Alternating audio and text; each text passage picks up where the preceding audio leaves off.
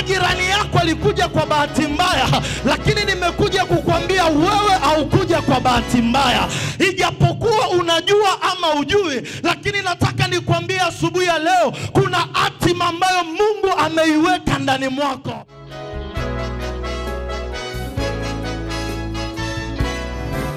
Naweza nikasema hatima ni kesho yako. Haleluya. Narudia. Hatima ni mpango wa Mungu.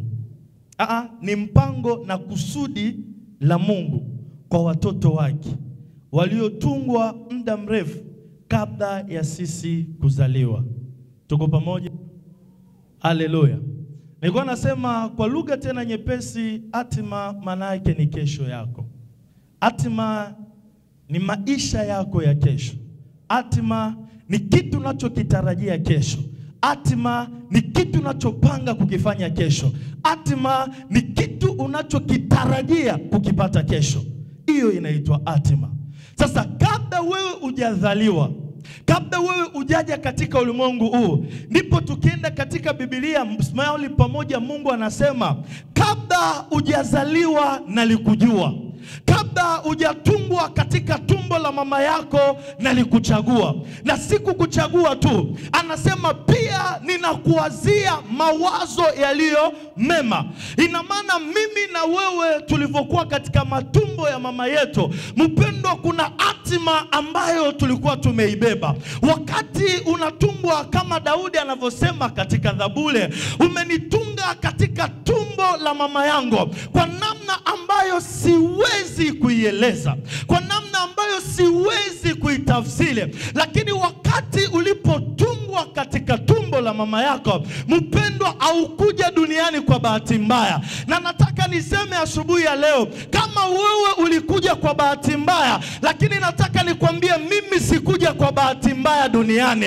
Kama jirani yako alikuja kwa bahati mbaya, lakini nimekuja kukuambia wewe haukuja kwa bahati mbaya. Ijapokuwa unajua ama ujui, lakini nataka nikwambie asubuhi ya leo kuna hatima ambayo Mungu ameiweka ndani mwako. Usiku unatembea nayo, asubuhi unatembea nayo, mchana unatembea nayo. Mungu hajakuumba kwa bahati mbaya, lakini amekuumba kwa kusudi aliyoweka ndani mwako. Maombi yangu asubuhi ya leo, lile kusudi ambalo haulikujua lililokuwa ndani mwako, Mungu wa El Shaddai akufunulia asubuhi ya leo. Mungu wa Apostle John Kapeta afungue kusudi aliyoweka ndani mwako. Ninarudia, inawezekana hujanisikia. Mungu wa Pastor Mami Kapeta afungue kusudi aliyoweka ndani mwako. Maana hakuna mtu aliyokuja kumsindikiza mwingine, lakini kila mtu amekuja kutimiza kile ambacho Mungu ameweka ndani yako.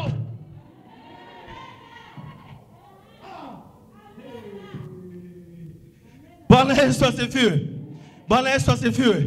Nimekuja kumkumbusha mtu mmoja asubuhi ya leo, usitembee kichwa chini, lakini tembea kifua juu, kwa sababu kuna kitu cha tofauti ambacho Mungu ameweka ndani mwako. Kuna kitu kisichokuwa cha kawaida ambacho Mungu ameweka ndani mwako. Acha nikwambie asubuhi ya leo, hata kama mimi sijakiona, hata kama wazazi wako hawajakiona, hata kama ndugu zako hawajakiona, hata kama marafiki zako hawajakiona, lakini nimekuja kukuambia asubuhi ya leo una kitu cha tofauti ndani mwako. Acha Mungu adhihirishe iko kitu na watu wakapata kukishuhudia. Haleluya. Haleluya. Tena ninataka nikwambie asubuhi ya leo, unapotembea jua ya kwamba una kitu ndani mwako. Hakuna mtu ananisikia. Nasema unapotembea elewa kwamba kuna kitu ndani mwako. Elewa ya kwamba kuna hazina ambayo Mungu ameiweka ndani mwako. Elewa ya kwamba haijalishi mabonde ninayoyapita, haijalishi milima ninayopita, lakini kitu moja ninachokijua ya kwamba ndani mwangu humo kuna kitu ambacho akopresiana. Ndani mwangu kuna kitu ambacho Nataliana. Ndani mwangu kuna kitu ambacho Shedrakiana. Na hicho kitu ni cha kwangu peke yangu ambacho Mungu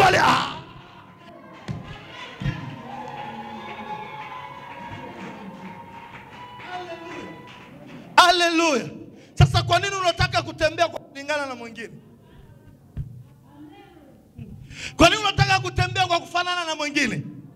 Kwa nini unataka kujilinganisha na mwingine? Inawezekana kile unachojilinganisha na mtu ni kikubwa kuliko kile Na mpendwa, tunapozungumza hatima, jua ya kwamba kuna hatima ndogo na hatima kubwa. Hatima ndogo ni ile ambayo mtu anawaza kujenga. Hatima ndogo ni ile ambayo mtu anawaza kujilisha. Hatima ndogo ni ile ambayo mtu anawaza kula yeye na familia yake. Lakini asubuhi ya leo Mungu hajakuita kwa ajili ya familia yako tu. Mungu hajakuita kwa ajili ya mke wako na watoto wako tu. Lakini Mungu amekuita kwa ajili ya mataifa.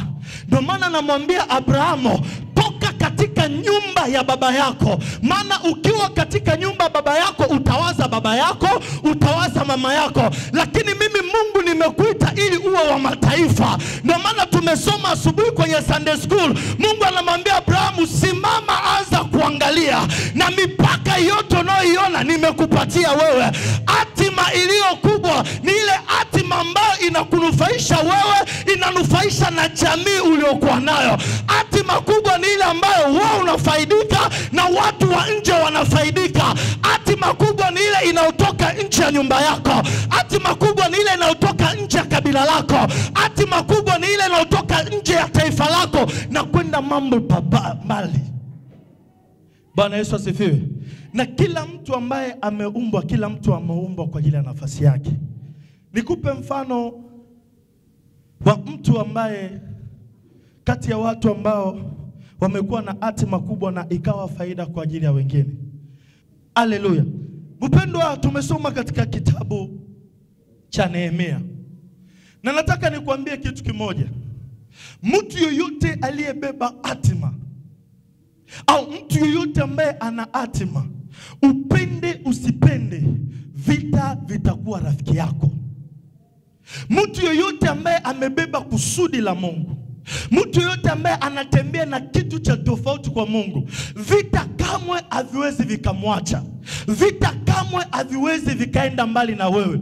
Na ukiona mtu yoyote ambaye ana vita vingi, ukiona mtu yoyote ambaye anashambuliwa sana, jua ya kwamba kile alichokibeba ndani mwake si kidogo. Kutokana kwamba kile alichokibeba ndani mwake si kidogo, ndio maana kuna vita vinainuka ili vipate kuzuia kile ambacho ulichobeba ndani mwako. Lakini nimekuja kukuambia asubuhi ya leo, vita haitaweza kuzuia hatima yako kutimia, lakini vita vinakuja kuwakilisha au kudhihirisha kile ambacho Mungu ameweka ndani mwako. Ninarudia tena asubuhi ya leo, vita kamwe haitaweza kuzuia maisha yako. Vita kamwe haitaweza kuzuia mpango wako. Vita kamwe haitaweza kuzima hatima yako, lakini vita inakuja kudhihirisha ya kwamba kweli una kitu cha tofauti ndani mwako.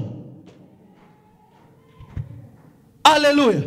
Bwana Yesu asifiwe. Na katika hiyo vita unaweza katika maisha yako kukutana na watu kama hawa. Rudi mstari kwanza. Katika maisha yako unaweza ukakutana na watu wanaoitwa Sanbalati. Unaweza ukakutana na watu wanaoitwa Tobija. Biblia inasema ni Nehemia wakati alipopata habari ya kujenga ukuta wa Yerusalemu. Ukuta ambao ulikuwa umebomolewa. Sasa Nehemia anarudi ili apate kuujenga ukuta wa Yerusalemu. Lakini katika kujenga ukuta akiwa na ujenga, Biblia inasema kwamba wakainuka watu wawili. Hawa watu wawili wameinuka wakiwa na jeshi lao. Na hawa watu ni nani? Ni Sanbalati pamoja na timu yake Tobija. Hawa watu wameinuka ili kuzuia hatima ambayo Nehemia alikuwa ameibeba ndani mwake.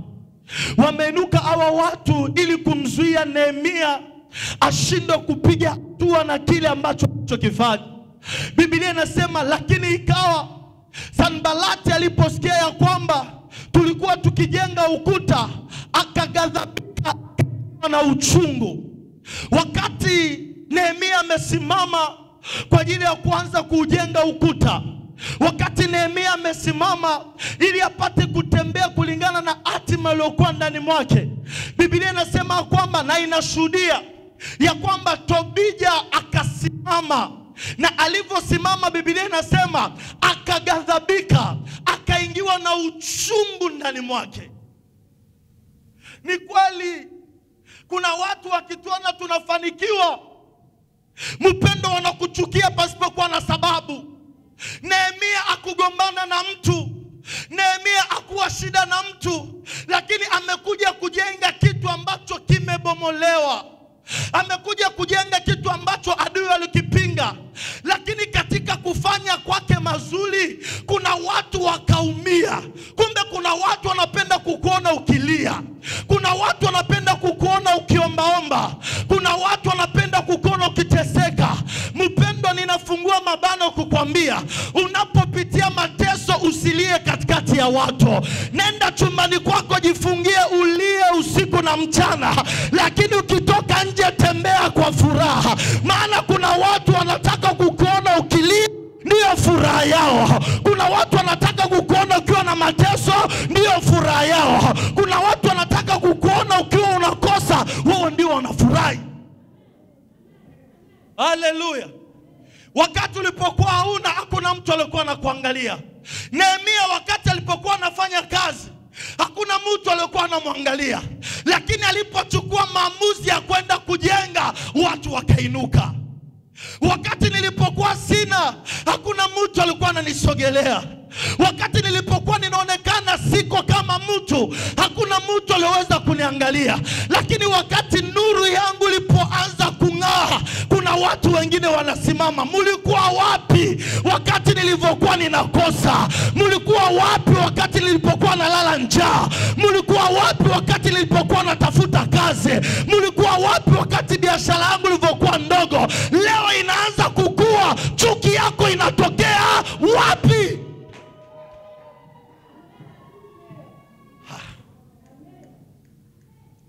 Haleluya. Bwana Yesu asifiwe. Wakati nilipokuwa natafuta, mlikuwa wapi? Wakati nilipokuwa nahangaika usiku na mchana, mlikuwa wapi? Wakati nilipokuwa panda mlima na shuka, leo hii neema ya Mungu nishukia, chuki yako inaanza kuinuka. Chuki yako tena unaghadhabika. Sijachukua pesa yako, sijachukua kitu chako, lakini ni Mungu peke yake amenitenga. Wewe chuki yako ya nini? Haleluya. Hapana kuchukia mtu ambaye amefanikiwa mbele yako. Tena nataka nikwambie asubuhi ya leo, mtu ambaye unamwona mbele yako amefanikiwa, ni picha ambayo Mungu anakuonesha ya kwamba kama nilivyomtendea yeye, jua ya kwamba na wewe nitakufanyia. Kumbe kinachotakiwa kufanya wakati mwenzangu anapiga hatua, mimi natakiwa kupiga makofi. Nimekuja kukwambia, ninapokupigia makofi furahi, lakini wakati wangu na mimi ukifika kunipigia makofi, wakati nilipokuwa nakupigia makofi ulikuwa unacheka. Wakati nilipokuwa nakupigia makofi ulikuwa unashangilia. Lakini kibao kinapobadilika kwa ajili ya wakati wangu, ndio roho mbaya inakuinuka, ndio wivu unakusimama. Acha nikwambie, yule aliyeniita, hata kama ukichukia, hata kama usipende, yule aliyeniita, hata kama ukifurahi, hata kama utafurahi, yule aliyeniita, hata kama ukienda kuniroga, hata kama usiniroge, ninasema yule aliyeniita, hata kama wazee wa ukoo wakisimama, yule aliyeniita, yeye ndiye atatimiza kile alicho. Sikia, wakati Mungu anakuumba au kumwomba kitu, sijawahi kuona sehemu ambayo Adamu alimwambia Mungu nataka msaidizi. Sijawahi kuona mahali ambapo Adamu alimwambia Mungu nataka msaidizi. Lakini Mungu kwa kuona kwake akasema Adamu hafai kuwa peke yake. Acha nikwambie, kipaji kilichokuwa ndani mwako au kumwomba Mungu, kile ambacho kilichokuwa ndani mwako au kulipa pesa kukipata, kile kilichokuwa ndani mwako au kutoa rushwa, lakini Mungu aliona ni vyema kuweka kitu ndani mwako. Kwa hiyo kama Mungu amekiweka, yoyote atakaye kupiga vita, atakupiga vita wewe, lakini atapiga vita yule Ninarudia asubuhi ya leo, yoyote atakaye kushambulia, asitakushambulia wewe, lakini atamshambulia yule aliyoweka kitu ndani mwako. Haleluya. Bwana Yesu asifiwe. Biblia inasema Sanbalati akachukia. Sanbalati akapata wivu, roho yake kamuuma. Mpendwa, tunajua ya kwamba mtu anapochukia uwaga anaingia kwenye mapambano ili kupambana na huyo mtu aliyomchukia. Lakini kinachonishangaisha ni kitu kimoja. Wakati Sanbalati akaghadhabika, akaingiwa na uchungu sana, nilifikiria kwamba atasimama na silaha ili aende akamshambulie Nehemia. Nilifikiria kwamba atasimama na jeshi lake ili aende akapigane na Nehemia. Lakini safari hii kuna silaha ya tofauti ambayo Sanbalati anaitumia ili tu amzuie Nehemia afike kwenye hatima yake. Na hiyo silaha ambayo anayoitumia, Biblia inasema kwamba Sanbalati akawadhihaki Wayahudi. Bwana Yesu asifiwe. Akusimama ili apigane naye, akusimama ili ashindane naye, lakini Biblia inasema kwamba akawadhihaki Wayahudi. Unajua kuna watu wanasimama kwenye maisha yetu kwa ajili ya kutudhihaki. Kuna watu wanasimama kwenye maisha yetu kwa ajili ya kutufanya vibaya. Si kwamba anainuka ili akutilie sumu, si kwamba anainuka ili akupige risasi, lakini anasimama tu na maneno, na yale maneno anayoyaongea ni ili tu akuvunje moyo. Yale maneno anayoyaongea ni ili tu usipate kupiga hatua. Yale maneno anayoyaongea ni ili tu usipate kusonga mbele. Mpendwa, ni wangapi walisema juu ya maisha yako ya kwamba unachokifanya akitafanikiwa? Tena wanasema kwa sauti. Wakati Nehemia akiwa anajenga ukuta, Biblia inasema Sanbalati akainuka akawaziaki wana wa Israeli. Akawaziaki. Na wakati anawadhiaki, sikia anavyokuja kuambia. Ukienda mstari wa 2, anasema ya kwamba aliwaziaki Wayahudi mbele ya rafiki zake na jeshi la Samaria, akasema, hao Wayahudi wanyonge watafanya nini? Haleluya. Nehemia ametoka mahali alipo, anakuja kujenga ukuta. Mpendwa, ni kweli Nehemia alikuwa ni mnyonge, kwa sababu Nehemia hakuwa na jeshi. Ni kweli Sanbalati alichokisema, sababu Nehemia hakuwa na connection, Nehemia hakuwa na watu wengi. Lakini acha nikwambie, hauna sababu ya kunikumbusha kwamba mimi ni mnyonge ili hali ninajua kwamba mimi ni mnyonge. Mpendwa, unapomsema mtu katika udhaifu wake, inamaanisha unazidi kumdidimiza chini. Hautaki ainuke. Nehemia ni kweli alikuwa mnyonge sababu alikuwa na watu, lakini Sanbalati anainua sauti, anasema, hawa wanyonge watafanya nini? Ni kweli mimi ni mnyonge, sijakataa, lakini hebu mniache nifanye hichi ninachokifanya. Watu wanaweza wakakusema mpendwa, watu wanaweza wakakusema vibaya, lakini nataka asubuhi leo uwe kama Nehemia. Wakati wanasema wewe utaendelea, lakini wewe kaa kwenye ndoto yako. Wakati wanasema wewe utapiga hatua, mpendwa, usiwasikilize, wewe kaa kwenye hatima yako. Wakati wanasema utapiga hatua, lakini ni kweli inawezekana.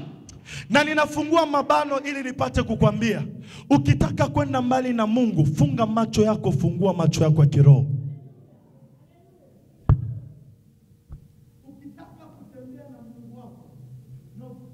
Na Mungu mbali, funga macho yako ya mwili na fungua macho yako ya kiroho. Kwa nini? Nehemia alipofika hapa alikuwa na uwezo, lakini akiangalia mwili wake, unajua kuna vitu unavitegemea kuvipata, kuna vitu unavifikiria kesho, lakini macho yako kiangalia hayakudhihirishi kama kweli unaweza kuvishika. Na mtu yoyote ambaye anataka kufikia kwenye hatima yake, ili apate kufikia, lazima macho yake ya mwili yafunge, lakini utembee na macho ya kiroho. Maana macho ya kiroho ndio atakupatia nafasi, yatakupatia uwezo wa kufika mahali ambapo watu walifikiri hautafika. Bwana Yesu asifiwe. Unapotaka kutimiza kusudi ambalo Mungu ameweka ndani mwako, mpendwa, kubali kutengana na macho yako ya mwili. Tembea na macho ya kiroho. Sababu ukiangalia macho ya nyama, una mpango wa kufungua hoteli kubwa, una mpango wa kufungua ofisi kubwa, lakini ukijiangalia uwezo hauna. Unaweza ukakaa ukasema, hizi ni ndoto za mchana. Mpendwa, nimekuja kukuambia asubuhi leo, sio ndoto za mchana. Si ndoto za mchana. Inawezekana, lakini inawezekana ni kama masikio yako utayafunga kwa jirani yako, ni kama masikio yako utayafunga kwa waliokuwa pembeni, lakini ukayafungua kwa yule aliyeketi katika kiti cha enzi. Haleluya. Bwana Yesu asifiwe. Sababu yeye aliyoweka kitu ndio anajua namna gani kitatimia. Kinachotakiwa wewe usikate tamaa. Wewe fanya katika kile unachofanya, lakini yeye atakuja kuingilia kwenye kile ulichokianza. Ndio maana Ayubu anasema ya kwamba ijapokuwa mwanzo wangu ulikuwa mdogo, lakini ninachoelewa ni kwamba mwisho wangu hautakuwa kama mwanzo. Mwisho siku zote unakuwa tofauti na mwanzo. Haleluya. Sababu mwanzo ni mahali pa kuanzia tu. Kuna mtu asubuhi leo ameshapoteza mipango yake. Kuna mtu asubuhi leo ameshapoteza ndoto yake, eti kwa sababu ya macho ya nyama anayoyaona. Mpendwa, macho ya nyama siku zote yatakudanganya. Macho ya nyama siku zote ni adui wa kukuzuia kufika kwenye hatima yako. Kile ambacho unatamani kukifika, wewe kiangalie na umwangalie Mungu wako. Ninarudia tena asubuhi ya leo, kama kuna kitu kilikuwa ndani mwako, ninakuamuru asubuhi ya leo, nenda ukakirudie. Ninakuamuru asubuhi ya leo, anza kukifanya. Sababu yule atakaye kufikisha anamwambia Gideoni, nenda na nguvu hizo hizo. Hata kama una nguvu ndogo, lakini mimi Mungu nakuamuru hizo hizo, tembea nazo. Mpendwa, hata kama una kitu, tembea katika mpango wako. Hata kama una kitu, tembea katika malengo yako. Hata